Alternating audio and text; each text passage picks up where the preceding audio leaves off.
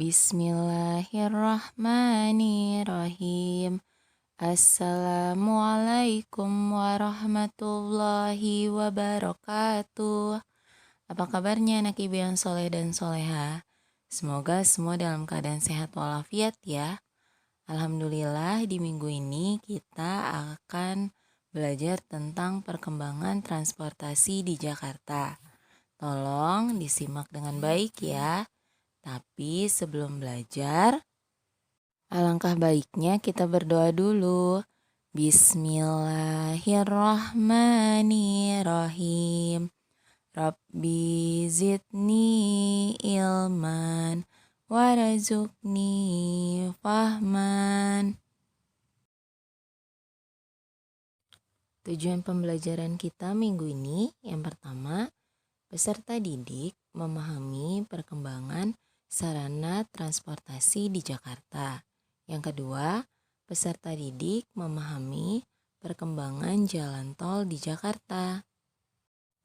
Yang ketiga, peserta didik mampu menjelaskan perkembangan sarana transportasi yang ada di Jakarta dengan baik.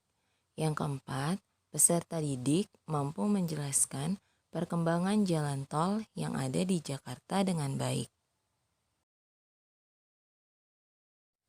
Sebelum masuk ke pelajaran, Ibu ingin mengajak kalian bernyanyi sebentar. Yuk, sama-sama. Lihat tanganku bersih dengan kuman, selalu kucuci dengan sabun tangan. Setiap hari jaga kesehatan, karena corona harus kita lawan. Nah, anak-anak, kalian harus ingat ya, kita masih di masa pandemi. Jadi, tetap jaga kesehatan. Selalu mencuci tangan dan menggunakan masker. Sekarang, kita masuk materi ya. Tolong disimak videonya bersama. Jalan tol. Kita akan belajar mengenal jalan tol yang ada di Jakarta. Kemudian, apa sih tujuan dan manfaat dari jalan tol tersebut? Serta aturan yang ada di jalan tol apa saja ya? Yuk kita bahas sama-sama. Sekarang coba kalian perhatikan gambar berikut ini. Pernahkah kamu melihat jalan seperti pada gambar? Mengapa ya di jalan tersebut dibangun pintu gerbang? Untuk apa sih pintu gerbang itu sebenarnya? Seperti yang kita ketahui, kota Jakarta itu luas, mempunyai banyak jalan. Ada jalan besar dan juga ada jalan kecil. Di antara jalan tersebut terdapat jalan yang ketika masuk penggunanya harus membayar terlebih dahulu. Pengguna jalan tersebut harus melewati pintu gerbang yang dijaga oleh palang elektronik. Jalan apakah itu? Apakah tujuan dan manfaat dibangunnya jalan tersebut? Yuk, mari kita pelajari. Mengenal jalan tol di Jakarta. Jalan merupakan prasarana transportasi darat yang menghubungkan satu tempat ke tempat lainnya. Jalan itu terbagi menjadi 3 macam, yaitu jalan umum, jalan khusus, dan jalan tol. Apa sih yang dimaksud dengan jalan umum? Jalan umum adalah jalan untuk lalu lintas umum.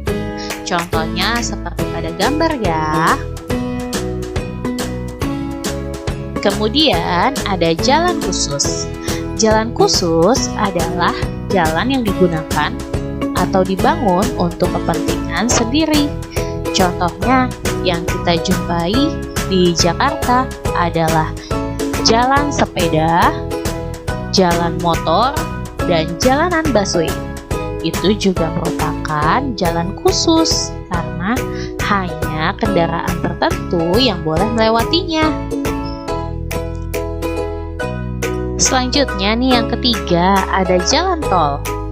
Jalan tol adalah jalan umum yang mewajibkan penggunanya membayar jika mau melewatinya. Contohnya pada gambar ya. Jalan tol sering juga disebut jalan bebas hambatan karena ketika melewatinya terasa lancar dan tanpa halangan. Berbeda dengan jalan umum yang seringkali dihadang lampu merah, jalan tol juga merupakan jalan umum, tetapi pengguna yang akan melewatinya harus membayar sesuai tarif yang ditentukan. Jalan tol. Jalan tol dibedakan menjadi dua macam. Yang pertama ada jalan tol lingkar luar, yang kedua ada jalan tol lingkar dalam. Jalan tol lingkar dalam. Apa sih yang dimaksud dengan jalan tol lingkar dalam?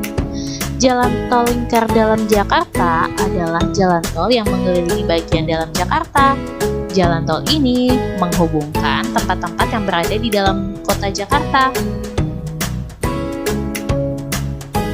Jalan tol lingkar luar.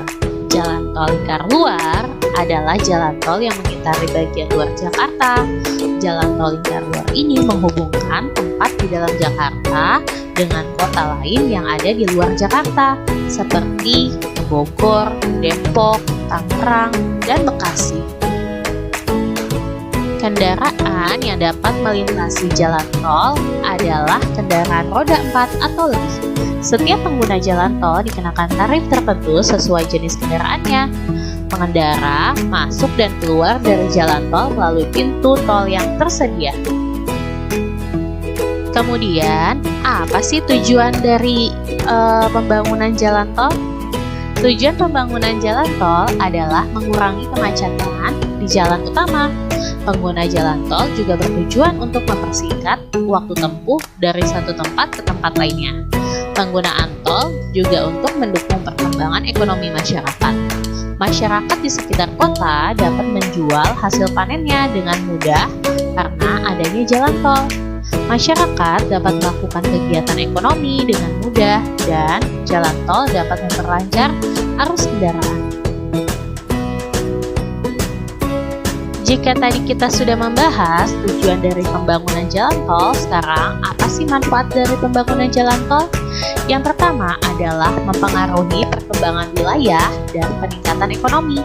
Yang kedua, meningkatkan pergerakan dan akses orang serta barang. Yang ketiga, menggunakan jalan tol dapat menghemat pengeluaran pengendara karena mempersingkat jarak tempuh. Yang keempat, jalan tol memperluas lapangan pekerjaan loh. Yang kelima, mudah menjangkau suatu daerah sehingga dapat menarik investor untuk menanam modal. Kemudian, apa saja sih aturan di jalan tol? Mengemudi di jalan tol juga mempunyai aturan loh. Aturan mengemudi harus dilaksanakan untuk menjaga keselamatan diri sendiri ataupun pengendara lain. Adapun aturan di jalan tol antara lain, yang pertama, sebelum masuk jalan tol siapkan uang elektronik dengan nilai uang yang cukup. Yang kedua, mengantri dengan tertib di gerbang tol. Yang ketiga, menggunakan sabuk pengaman. Yang keempat, menjaga jarak aman antar kendaraan sekitar 10-20 meter. Yang kelima, jika merasa lelah atau ngantuk, segera beristirahat di tempat peristirahatan. Yang keenam, tidak melamun ya saat menyetir. Yang ketujuh, menggunakan lajur lambat. Yang kedelapan, jika ingin menyusul atau menyalip, menggunakan lajur kanan. Yang kesembilan, tidak boleh menggunakan bahu jalan untuk menyalip kendaraan lain. Bahu jalan itu digunakan hanya untuk kendaraan yang dalam keadaan darurat. Sekianlah penjelasan dari Ibu. Semoga apa yang Ibu sampaikan dapat membawa wawasan kalian ya hari ini. Walaupun kita belajarnya masih di rumah, Ibu harap kalian harus tetap semangat belajarnya.